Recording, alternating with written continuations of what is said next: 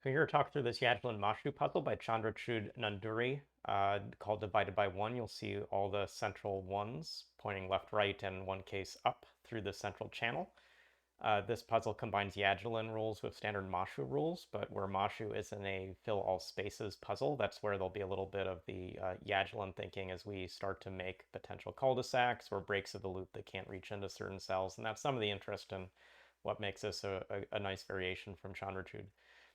This week we've been focusing on speed solves, and so we're going to begin with just watching a paper solve of me go through this puzzle for the first time. That's during testing, and I sometimes write a mental note before I start a puzzle, and my mental note is where Mashu is not a puzzle that uses all cells. Like again, all cells is all I need to kind of keep in mind. Like this is going to be a Yajilin space filling kind of variant as it goes about. That's where I'm getting some of these progress areas where I just can't reach the loop into those spaces. And so I have to shade in those cells in the Yajilin sense.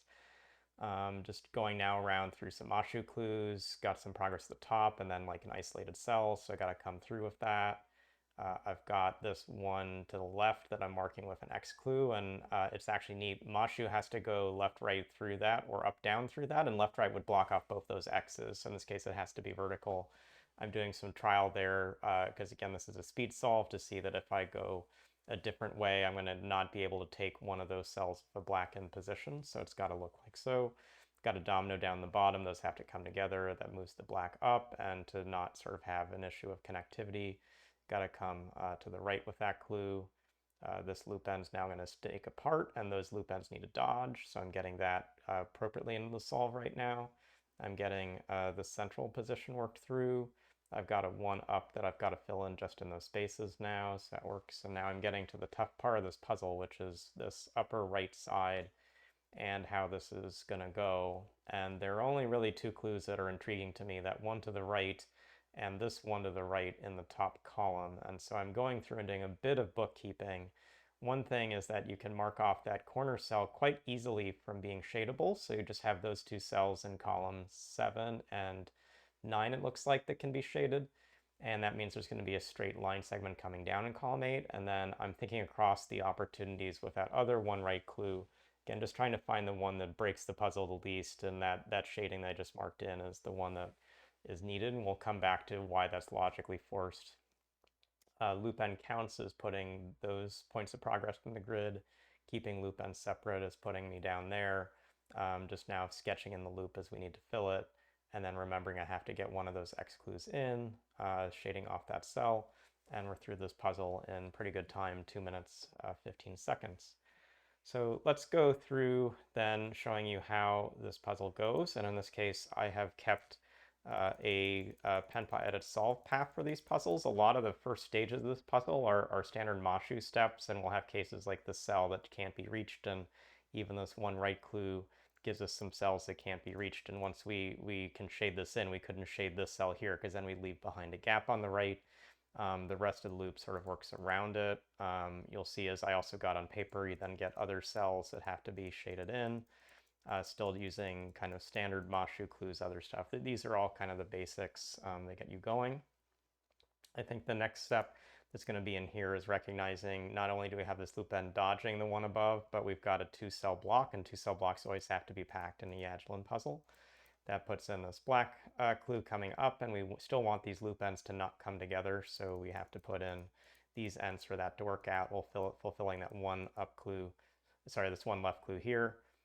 This was something that I highlighted during the paper solve, but I'll bring it again to bear here. This one left clue requires having one of these cells in green, not the circled cell, be shaded in, which means you can't go left through right through the circle because then you'd occupy both of those. So this needs to have a vertical passing. And in doing that, the next loop end you can probably see is that if these came straight away together, we'd have 1, 2, 3 ends we can never touch. So instead those have to dodge. And now to get to the space of how do we know it's this cell and not that cell being shaded, if we came to the right, that's right and down, and then that continues down, and that's no good. So this has to go left instead. And so those were some of the things that I got quicker in the video than maybe through a full logic solve, but that gives the left side of the grid, no loop end closure, brings these together, and we get back to where I was in the solve. A stage like this where now we have some hard clues to look at, and the first to focus on It's probably that one edge clue where these cells in blue for sure have to be white. They can't be shaded in because they will leave a corner cell that can't be reached. And you can say the same of this cell. So marking those in is the first step here. And then I think the next thing to really make headway is to recognize a challenge if you put in the upper right cell. You would have to go through both of those corner cells, and that's not going to work with that circle clue. So the circle clue is forcing and forces that dot in. That now means we have an X in one of those two remaining cells in the top row, and whichever one it is, we're going to get that vertical line segment. We're going to get that corner drawn in. And now we've got to think through all the options for this one right clue. And the first thing to think about is if you shade that in, you're going to cause an issue with filling the space up above. So this is a quick problem. Hopefully you can see that. So mark this off. We now have just two left, either this one right above the black circle or this one to the right of the black circle. And here again, you can probably visualize this in your head, but it helps for sure to draw it in. And the issue if you draw it in is if that's shaded cells to the right, it's going to force all of these cells up above to be taken by parts of the loop, including probably not letting you close off a loop.